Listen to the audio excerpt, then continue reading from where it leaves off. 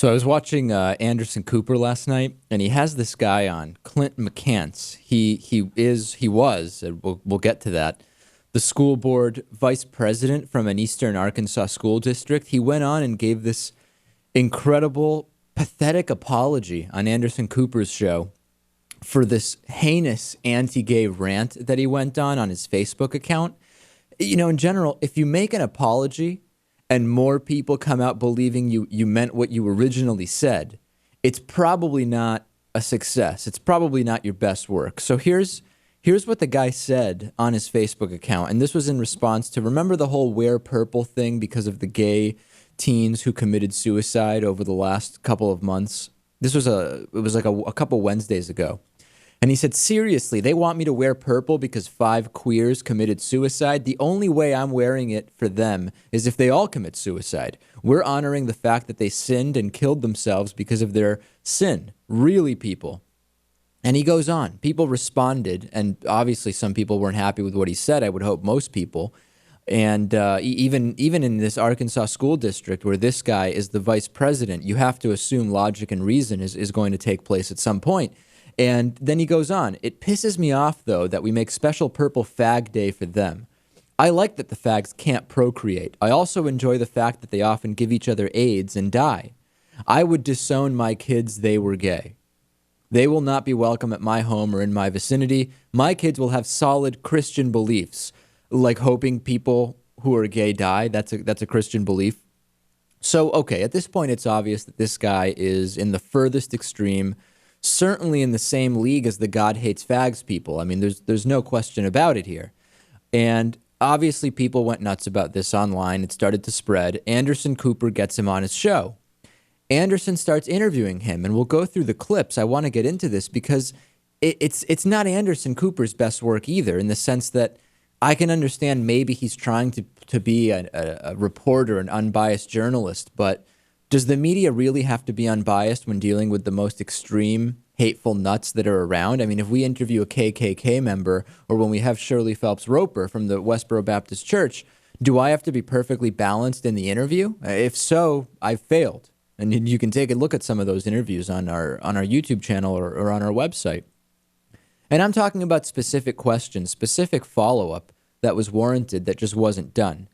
Let's start getting into this. This is the beginning of the Clint McCance apology. Anderson and I made some very ignorant comments. Did not realize just how ignorant they were.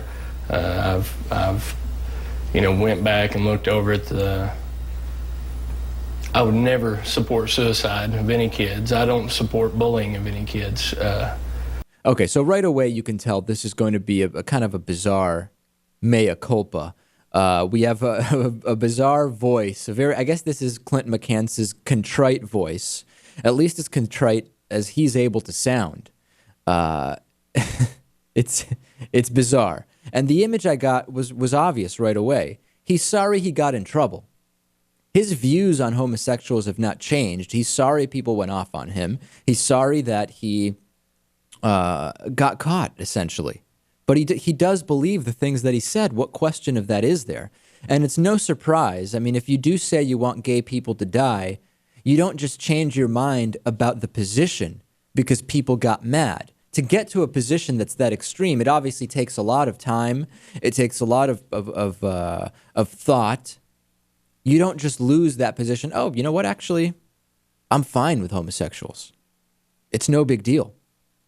Could the God hates fags people change their mind overnight? Obviously not. If Shirley comes on the show and she says, you know what? All that stuff about the Bible and we should hate homosexuals and everything bad that's happened in the country is because of the fags, as they say, we were wrong about all that. Nobody would believe it. So obviously it's the same thing with this guy. So then he goes on and he talks about the language that he used. I was, like I said, I used some really strong language that, and it wasn't correct. And it was too emotional. Strong language. It wasn't correct and it was too emotional. But it's not something he doesn't believe in. The language was wrong. I mean, Did anybody watch this? And I'd be curious to hear from people who see this. Did anybody watch this and think this guy had actually changed his position? No, I don't think so. And if you did, you must be very confused. You really must be very confused.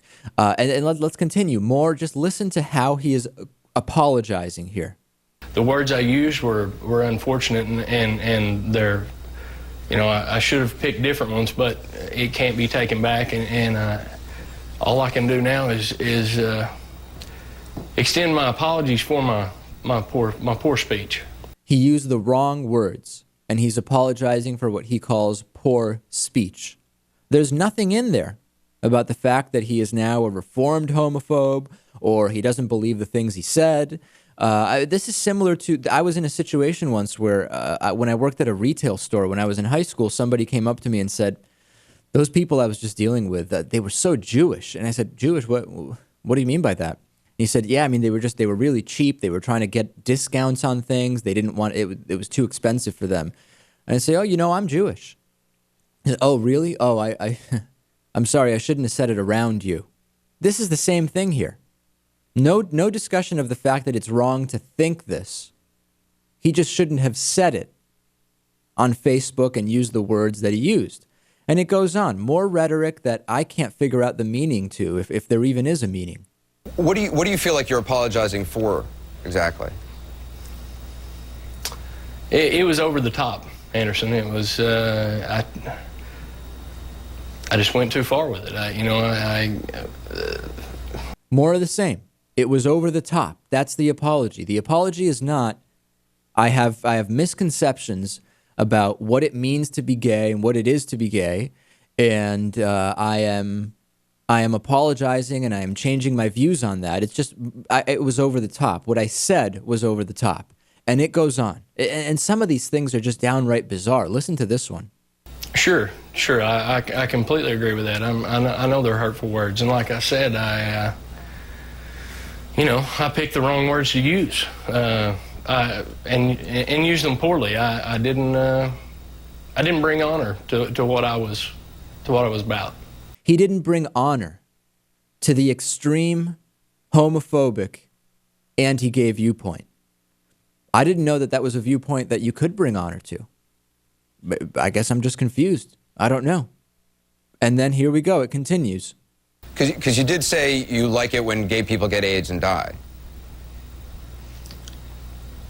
That was, Anderson, once again, that was in response to some comments that were made, and like I said, I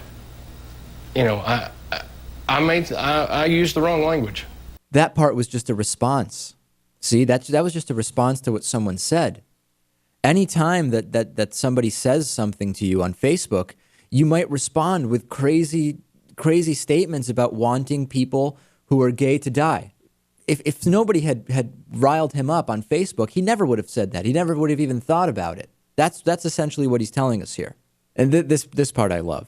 Well, I'm sure everyone at some point in their life has made a statement hateful that they would take back if they could. People make mistakes all the time with their speech, and everybody's gone on insane public anti-gay tirades or equivalent against African Americans or Jews or whoever it is. Everybody has had a Mel Gibson incident. How is this not being challenged by Anderson Cooper? Listen, I get it.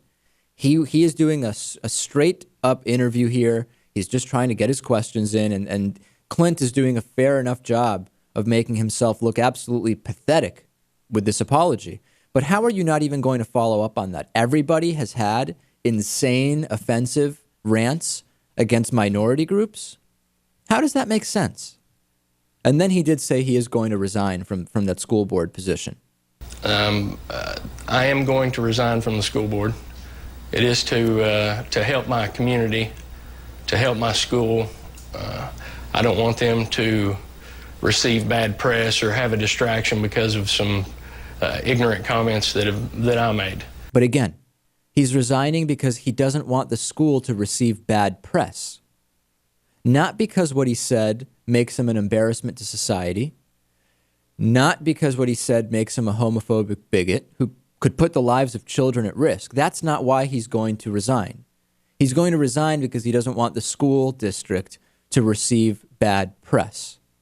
And at the end of this kind of first part of the interview, he was actually asked by Anderson Cooper, good question, what would you do if your kids were gay? You said you would disown them. You said that they will have your Christian beliefs, which apparently involves hating homosexuals. Did you mean that? And here's his answer. I don't know what I would do yet. The time will tell. He doesn't know what he would do. And again, no follow-up from Anderson Cooper. And listen, I like Anderson Cooper. He's on what's on the mainstream news media in prime time or nighttime, whatever you call it. He's doing some great stuff, but no follow-up on, I don't know what I would do if my kids were gay. Maybe what I said would happen. Maybe I would run them off. Maybe they wouldn't be allowed to be around me. No follow-up on that. And then the last thing here, and this was just a fascinating part. Anderson Cooper asks, will you still be using the words fag and queer? Moving forward, right? Are you going to use those words in the future? That's in the future. I would hope not. That's in the future. Clint McCance hopes he wouldn't, but that's in the future. There's just no way to know. How is that an acceptable question that requires no follow-up? I mean, if you ask me, am I going to be using the word kike in the future? Might I be using that, or might I be using the N-word about African Americans, or might I be using the word fag and queer? I could answer that, even though it's in the future. Listen, I get it. It hasn't yet happened. How could you be completely sure? It's just not a word I'm going to use. It's not in my vocabulary. I would be completely comfortable saying, you know what, even though it's in the future, no. I'm not going to use the word fag. I'm not going to use the word queer. I'm not going to use any of those words. I know that, and I'm comfortable predicting the future. But Clint McCance isn't comfortable doing that, and why? Well, it's obvious why. Because those are words that have been part of his regular dialogue. The way you and I might use the word and. Clint McCance has included the word fag and queer, so he can't say, at least he's being honest, he can't say he's not going to use those words. And this really is just one of the most pathetic apologies. I don't know who he convinced with this. And my question is, do you think he came out of this thinking he went on and made a sincere apology that makes him look better? I think he probably does.